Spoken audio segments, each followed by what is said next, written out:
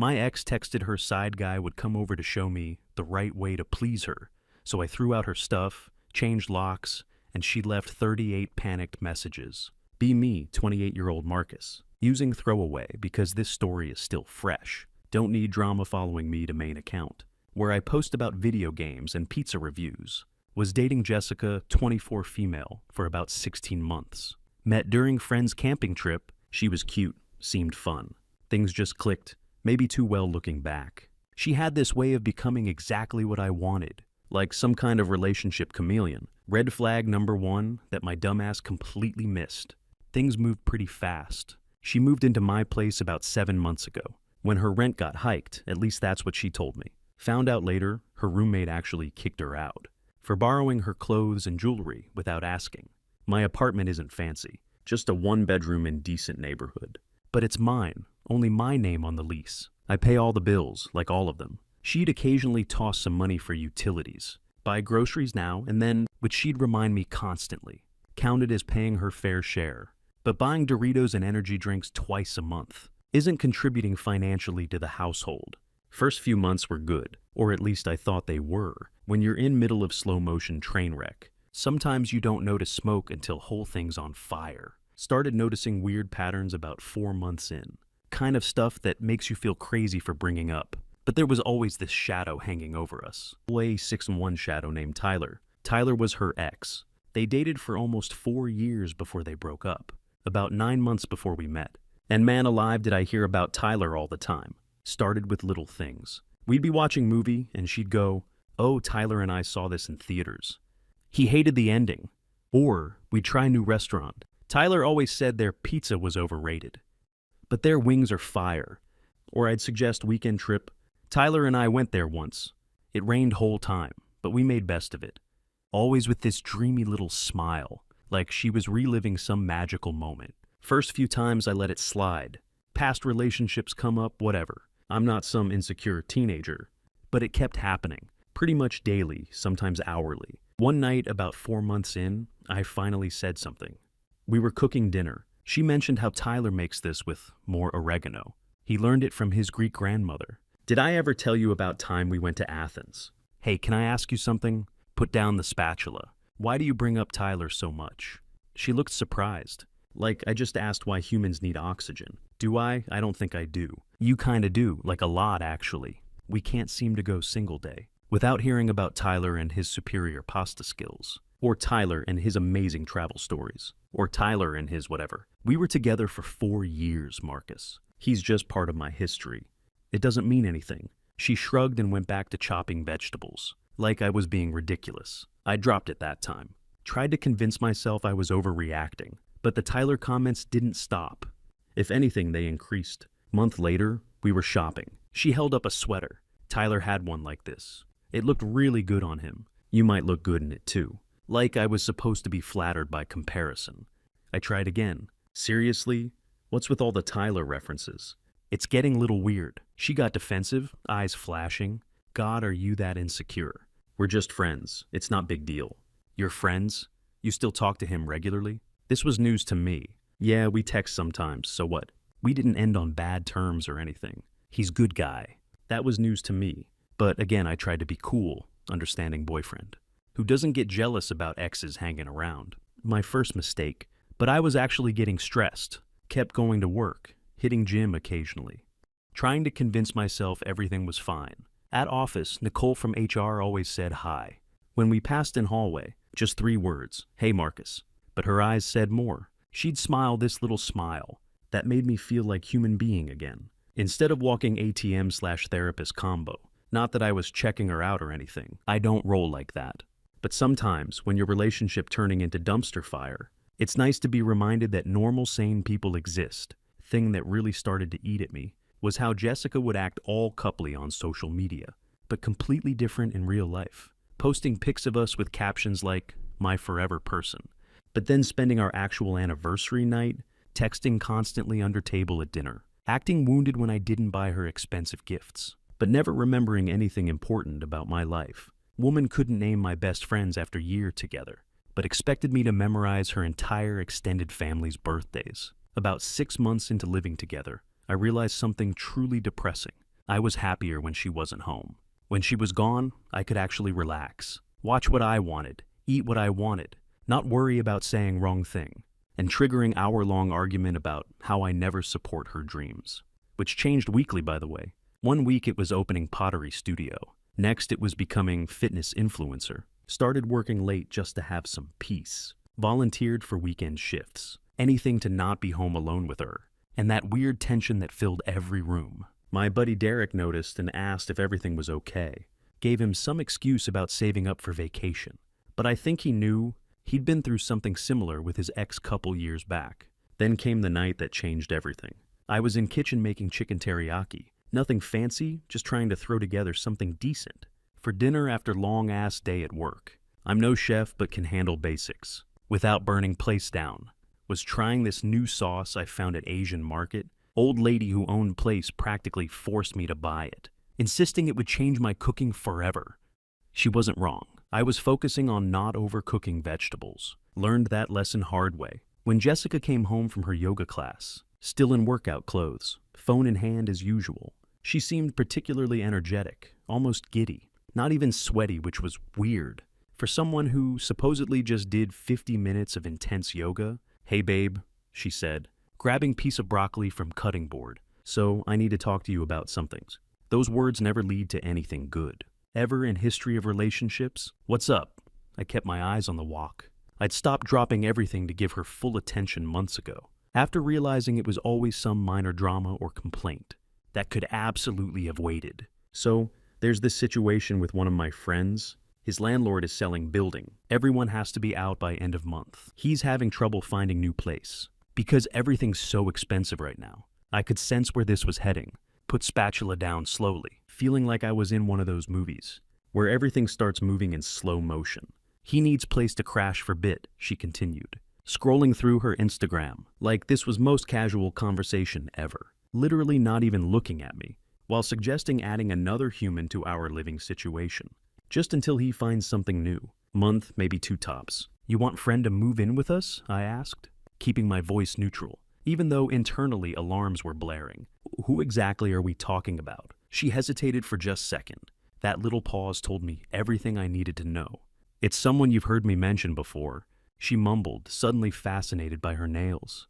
I raised eyebrow. "Who?" She shifted her weight. "Just friend from before." I waited, didn't say word, just stared. Finally she sighed like I was dragging it out of her. "Tyler," she muttered barely above whisper. There it was. The ghost she swore was dead and buried. "Tyler," I repeated, making sure she heard weight in my voice. "As in your ex-boyfriend Tyler." "Yeah, but he's just friend now, obviously."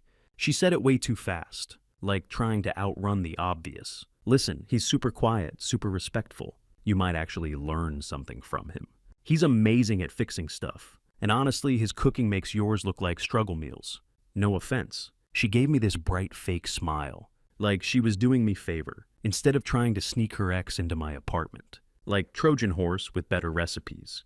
But way she said it, like it's not big deal. Trying to move your ex-boyfriend into your current boyfriend's apartment. Totally normal Wednesday behavior. Why didn't you mention that part first?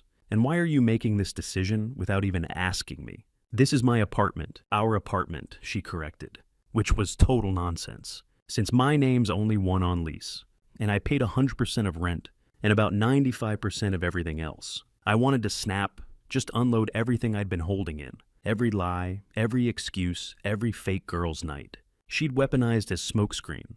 But then I looked at her. She was so confidently detached from reality, genuinely believing this was reasonable ask. Like moving her ex in wasn't kind of thing. That should shatter relationship. That's when it hit me. She didn't see this as relationship anymore. Not really. To her, this was living arrangement with perks. I wasn't partner. I was background noise with wallet. And no amount of talking was going to bring her back to earth. So, I don't know what came over me. But I just said, okay. I knew right then I was done with her. But I wanted to see how far she'd take this charade. How much she thought she could get away with. Sometimes you gotta let people show you exactly who they are. She looked surprised for a second, then grinned. "Really? That's great. You're the best." She kissed my cheek. "I'll let him know. He's thinking about bringing some stuff over tomorrow. I'm going to jump in shower." As she walked away, I noticed she was already typing on phone. No doubt telling Tyler the good news. Her thumbs were moving so fast, you'd think she was disarming bomb. I just stood there feeling weirdly calm, despite fact that my relationship had essentially just exploded in my face. For next hour, I just mechanically finished making dinner, while she showered and got ready. My mind was racing, planning my next move. She came out in fresh clothes and grabbed plate. No thank you for cooking. No offer to do dishes. Just took food like it was her birthright. This is pretty good, she said between bites, sounding surprised that I'd managed to make something edible. Oh, and Tyler might swing by later to check out living room situation. Is that cool? The audacity, the absolute brass balls on this woman. Tomorrow, right? Not tonight? I asked, trying to keep my voice level. No tomorrow, probably. Hey, I'm going to Walmart to pick up few things, then meeting Lisa for drinks. Don't wait up. She kissed me on cheek and was outdoor before I could respond. I heard her car start, and something inside me just snapped. I called Lisa right after Jessica left, just to confirm my suspicions. Hey, Marcus, what's up? Lisa answered, sounding surprised to hear from me. Are you meeting Jessica for drinks tonight? I asked point blank. The pause told me everything. No, I haven't talked to her since last weekend. Great, thanks. That's all I needed to know. I hung up and stared at half-eaten teriyaki, congealing on my plate. Well, there it was. Final nail in coffin of what I'd thought was serious relationship. She wasn't even trying to hide it anymore, just lying on autopilot because it was easier than telling truth. So, moment her car pulled out of lot. I checked time, 7:18 p.m. She usually spent at least hour at Walmart, plus drinks with Lisa, which I now knew was code for hanging out with Tyler, meant at least 2 or 3 hours minimum. I had plenty of time, but better to be safe. I stood in middle of kitchen and made my decision. This ends now. Not tomorrow, not after some big dramatic confrontation. Now, I grabbed storage bins from hall closet and started with her clothes, not carefully folding them. Just grabbing armfuls and stuffing them in. Her precious $250 jeans went in with her discount tank tops, her special occasion dresses crammed in with gym clothes she barely used. Almost tossed in my favorite hoodie, before remembering it was mine. She just wore it so often it lived in her drawer. She'd taken over 3 of my dresser drawers, despite coming with barely 2 suitcases of clothes. Funny how that works. I checked time, 7:35 p.m. Moving too slow, had to pick up pace, before she potentially returned. In bathroom, I swept all her makeup, face washes and hair products into bin. Dozens of half-used bottles of serums and creams, most still with price tags attached. Her fancy rose quartz face roller that cost $85 went in too. I remembered how she'd hide it whenever her friends would call. God forbid Tyler find out she spent that much. On piece of rock to rub on her face. I found her jewelry box tucked behind my gaming consoles, which was weird because she claimed to never know where anything was. Inside was not only her jewelry, but couple pieces I didn't recognize, including man's watch, not my style, not my size. I tossed it all in bin, while tossing her stuff into bins like expired groceries. I started calling locksmiths between loads. First 2 were bust, booked solid or not working nights. Third one finally bit, but only with steep emergency after hours fee. $208 just to show up. Total daylight robbery, but considering situation, worth every cent. He said he'd be there in 50 minutes. I gave him address and went right back to packing. By 8:25, I had most of her stuff gathered. 3 storage bins, 2 suitcases, and garbage bag of shoes. I definitely missed some things. Her stuff was everywhere after 7 months. But I got obvious items, things she'd actually care about. Her precious collection of Bath and Body Works candles. She never lit, but constantly bought. Her stack of self-help books she displayed, but never read. The throw pillows she'd insisted we needed, despite them making couch practically unusable. I found shoebox hidden under bed, filled with ticket stubs, photos, and what looked like love letters. Curious, I opened one. It was dated 4 months ago, well into our relationship, and signed, "Forever yours, Tyler. See you soon." That went straight into bin, no time for that pain right now. I checked my phone, no text from Jessica, just as well. A locksmith showed up at 9. Guy gave me knowing look when he saw all packed bags. "Rough night?" he asked, setting up his tools. "Long time coming," I replied. I showed him my lease and ID, to prove I had right to change locks. He nodded and got to work. "Women, huh?" he said while installing new deadbolt. I didn't respond to that. It wasn't about women. It was about Jessica and her lies. About person I thought I knew. who turned out to be someone completely different. Tony worked in silence after that, probably thinking I was in some kind of emotional shock. Maybe I was. By 9:35, new locks were installed, 2 new keys in my hand. I paid him, adding $60 tip, because I appreciated him coming so quickly. Also, because I wanted him to remember me favorably, in case police ask questions later. Not my proudest thought, but you gotta be strategic in crisis situations. As soon as he left, I started carrying bins and bags, down to curb, 4 trips up and down stairs, constantly checking my phone. One of neighbors definitely saw me from her balcony, but just gave me little nod. I think she'd seen Jessica sneaking out at odd hours, enough times to put 2 and 2 together. Mrs. Thompson didn't miss much. Former middle school principal with eyes like hawk. I arranged everything neatly. I'm not monster. And took photo of pile. Now for hard part. I needed Tyler's number. I scrolled through Jessica's contacts list on my laptop. She'd logged into her Google account on it months ago and never logged out. Found Tyler with different last name than what she'd once mentioned. Listed under work contacts, even though they definitely didn't work together. Clever girl. His number was there, just waiting to be used. I sent him the photo. Jessica's moving in with you now. Her things are at my place. She said you'd be thrilled to have her. 10:08 p.m. Still plenty of time before she'd be back from her Walmart run and drinks with Lisa. I went inside, locked both new locks, and sat on couch. My hands were actually shaking. Adrenaline is weird, like that. You can feel completely calm in your head, but your body knows you're in fight or flight mode. For about 25 minutes, nothing happened. Apartment was weirdly quiet. I could hear fridge humming, neighbor's TV through wall, car alarm going off somewhere in distance. Then my phone erupted. 20 missed calls, 11 voicemails, 35 texts. I scrolled through them. Marcus, what is wrong with you? Answer your phone right now. Are you insane? My stuff is on street. I'm coming home right now. You're going to regret this. Tyler is freaking out. You can't do this. My clothes are outside. It might rain. This is crazy. I'm calling police right now. This is illegal. That last one made my stomach drop. Could she really get me in trouble? Was this technically illegal eviction? I put my phone on silent and tried to breathe. This was going to be a long night. I called Derek, who's in his last year of law school, but it went to voicemail. Great. One time I actually need legal advice from guy who constantly tries to explain obscure contract law at parties, and he's unavailable. I paced apartment jumping at every sound, half expecting to hear sirens at any moment. Around 11:25 p.m., the pounding started. Not knocking, pounding, kind that makes door shake in its frame, and probably woke up half the building. Marcus, open this door right now. I peeked through peephole. Jessica was there, mascara running down her face, looking like raccoon caught in flood. Tyler stood behind her, looking uncomfortable, in his button-down shirt with sleeves rolled up. He kept glancing around like he wanted to be anywhere else. Tall dude, conventionally handsome, I guess, with that carefully styled I don't care about my hair look. That definitely takes 50 minutes to achieve. He looked exactly like kind of guy who would have secret bathroom camera. Marcus, I know you're in there. This is my home too. I took deep breath. Jessica, this is my apartment. My name is on lease. You decided your ex was moving in, without being honest about who he was. I didn't agree to that. Your belongings are outside. Please leave.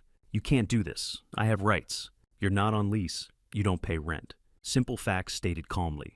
I'll sue you. I'll tell everyone what an abusive asshole you are. I'll ruin your life. My actual thought at that moment were, what if I had messed up legally? What if she could actually ruin me over this? I've seen those forum posts where guys get absolutely destroyed by legal system even when they weren't in wrong. Tyler finally spoke up. Jessica, come on, let's just go. We can figure this out tomorrow. He sounded tired, maybe even a little embarrassed. I wondered if this was how she operated in all relationships. Creating drama, pitting people against each other. Always the victim. Don't tell me what to do, she screamed at him. Then back to my door. Marcus, you have until 3 to open this door. Undaw. I stayed silent. What was she going to do at 3, exactly? Break down door, call in airstrike. Fine, you asked for this. I'm calling 911 right now. I heard her dialing, then launching into tearful story about how her boyfriend had thrown her out on street, and she was afraid for her safety, and didn't know where she would sleep tonight. Oscar-worthy performance, honestly. If lying was Olympic sport, Jessica would have gold medals lining walls. After about 18 more minutes of threats and pounding, neighbor yelled, "Shut up or I'm calling cops myself." Tyler finally managed to pull her away. Last thing I heard was, "This isn't over." I barely slept that night, jumping at every sound, expecting police at my door any minute. Derek, in case you're reading this, I literally played out every scenario in my head. Being arrested, having to explain to my boss why I missed work because I was in jail, trying to afford lawyer on my meager savings. Good times. Around 12:45 a.m., Jessica's friend Lisa called. I almost didn't answer, figuring it was Jessica using her phone, but decided to risk it. "Marcus, what hell happened?" Jessica just called me crying her eyes out, saying you threw all her stuff on street and changed locks. I was exhausted but explained. She told me tonight her ex Tyler was moving in with us. Pretended he was just friend until I called her out. Been hiding their relationship for months. I'm not okay with that, Lisa. Lisa was quiet for a moment. Wait, Tyler was moving in and she just told you. Didn't ask. And she's been talking to him behind your back this whole time. Yep. Okay, that's really messed up. I always wondered why she'd leave our girls nights early to run errands, but throwing her stuff out. That's pretty extreme, Marcus. What was I supposed to do?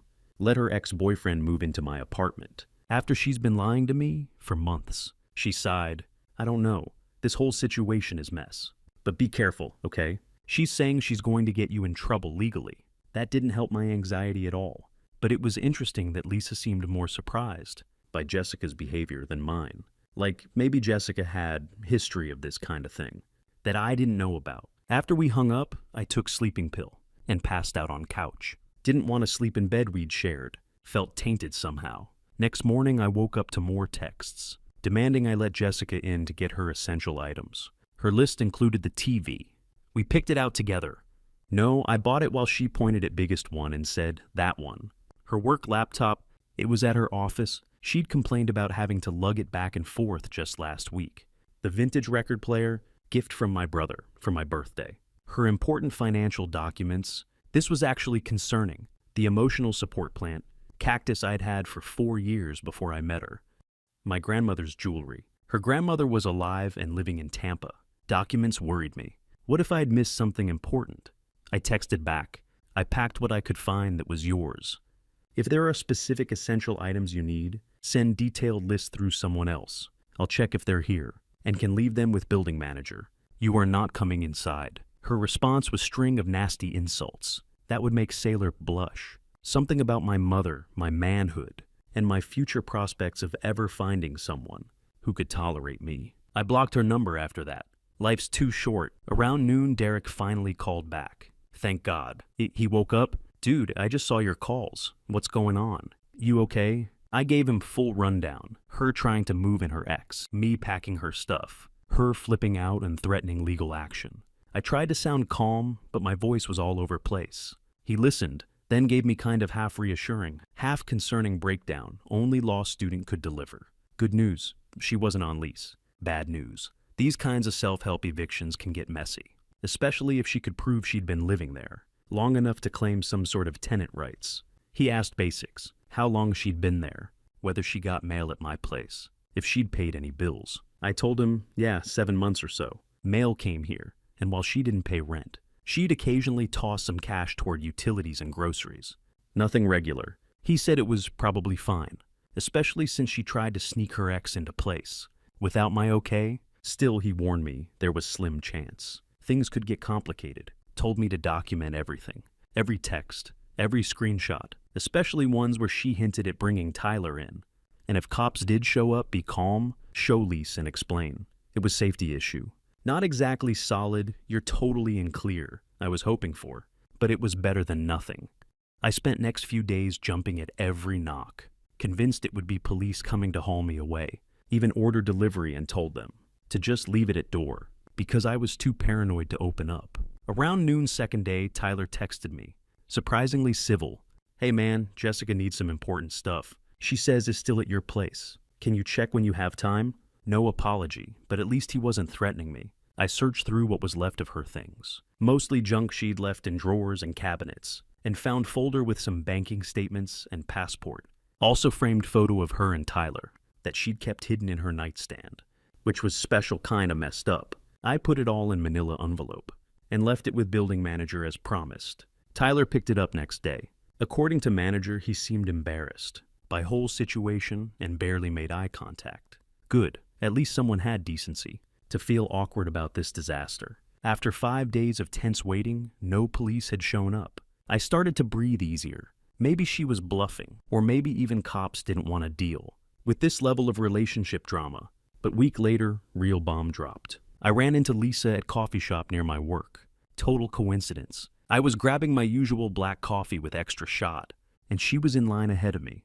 Marcus, holy shit, have you heard what's going on with Tyler? She looked both horrified and like she was dying to share gossip. Know what? So my roommate's sister works with this girl, who used to date Tyler's roommate. Apparently Tyler got kicked out of his old place because he was caught setting up his phone to secretly record his roommate's girlfriend in bathroom. Roommate beat tar out of him and threw him out. And worst part, the video somehow got leaked. And now Tyler is in this group chat where women warn each other about creeps. My stomach dropped. Are you serious? That's why he needed place to stay. Yep, total lie about landlord selling building. He's straight up pervert. She pulled out her phone and get this. Someone tagged Jessica in one of these threads, exposing Tyler yesterday. She knows what he did, Marcus. She showed me the post. There it was, Jessica tagged with comment. This girl is still defending him. Watch out for her too. I felt sick but also relieved. I dodged more than just annoying roommate situation. I dodged predator in my home. Have you talked to Jessica about this? I asked. Lisa rolled her eyes. She's claiming it's all misunderstanding, and Tyler is victim of jealous sex. But like 6 women have come forward, saying he had hidden cameras in bathrooms and changing rooms. There are receipts, Marcus. Screenshots, police reports, and she's still standing by him. It's messed up. I took screenshot of one of posts and sent it straight to Derek, just to put legal pin in it. His reply came back fast, basically confirming I dodged full-on disaster. If Tyler had moved in, it would have been nightmare, with camera angle. During this whole conversation, Nicole walked by our table. Hey Marcus, just 3 words. She smiled, I smiled back. Lisa noticed and raised eyebrow, but didn't comment. Thank God for small mercies. As word spread, Jessica's support system crumbled, faster than sandcastle at high tide. According to Lisa, even people who initially thought I was bad guy in this situation started backing away from Jessica. When they learned about Tyler's hobby, 3 days after Lisa showed me posts about Tyler, Jessica called me from new number screaming. Not because she was innocent, but because now she was publicly linked to him online. This is your fault, she screamed. People are tagging me. My boss saw it. I might get fired. Sounds like you problem, I said before hanging up. Not my proudest moment. But I'd run out of patience for her victim act. She kept trying to contact me through random numbers. Mutual friends, even had her little sister message me on Instagram. I blocked them all. Did I feel bad? Hell no. According to Lisa, who had become my unexpected source of intel, in this saga, Jessica and Tyler had been staying with Jessica's older sister Megan. But when one of Megan's co-workers sent her the bathroom recording story, she lost it. Waited until they went out for tacos and changed her locks. Left their stuff in garbage bags on porch, with note that said, "Perverts not welcome here, harsh but fair." They crashed with Tyler's college buddy for a few days, until his girlfriend found out about bathroom videos, and kicked them both out. Last I heard, they were sleeping in her car, which had to be uncomfortable for dude Tyler's size. Couldn't have happened to nicer couple. And police never showed up at my apartment. I let Tyler pick up one last box of Jessica's stuff I found. Some mail, few books, and her backup hair straightener. Through building manager, didn't want to see either of their faces again. About 3 weeks after lockout, my buddy Kevin called. Dude, have you seen what Jessica's posting about you online? It's wild. I hadn't checked her social media. Figured that would just be inviting more drama into my life. But I wanted to see what lies she made up. So I used Kevin's phone to look. It was bad, really bad. Posts calling me abusive, controlling, unstable. Claims I'd monitored her phone, isolated her from friends, even threatened her physically. All complete fabrications, but written convincingly enough that people who didn't know me might believe them. This is insane, I said, handing phone back to Kevin. None of this happened. I know, man, that's why I'm showing you. You might want to think about getting ahead of this. He was right. I took screenshots of everything, downloaded our text history showing her plans to move Tyler in, and sent it all to Derek for safekeeping. I wasn't planning to do anything with it, unless she escalated further. But better safe than sorry. According to what Lisa reluctantly shared, but clearly enjoyed telling me, Jessica and Tyler were in hell right now. They couldn't find anywhere to stay, because bathroom video scandal followed them everywhere. Her parents wouldn't take them in, because her dad never liked Tyler in first place. She lost her job at marketing firm. When her boss found out about bathroom recording situation, apparently they have some major clients who work with women's shelters. Her car got repossessed last week because she couldn't make payments. She's been essentially blacklisted on social media, with people tagging her as creep defender on every platform. Jessica sent one final email from new address, since I blocked her claiming I'd destroyed her life and ruined her reputation, and demanding money for emotional distress and emergency housing costs. I deleted it without finishing it. Play stupid games, win stupid prizes. It's been about a month since what my friends now call the Great Bin Eviction. No regrets, not single one. For me, life's looking up. Yesterday, I asked someone if she wanted to grab dinner after work. I'll let you guess who. She said yes. Turns out those 3 words she'd say to me in hallway meant something after all. We've been texting non-stop since then. And it's crazy how different it feels to talk to someone normal. No games, no hidden agendas. Just actual conversation with human being who isn't trying to manipulate me. My buddies took me out to celebrate my freedom, as they called it. Derek admitted he'd never liked Jessica, but hadn't wanted to say anything. Kevin said she'd always had weird vibe. Even my mom, who tries to see good in everyone, just said, "I'm glad you're happy again, Marcus," in tone that spoke volumes. Whole experience taught me some valuable lessons about boundaries, self-respect, and trusting my gut. When someone shows you who they are, believe them first time. And when they try to move their creepy ex into your apartment, change the locks. So that's my story, Anons. Actually don't care if I am the asshole. Some trash takes itself out.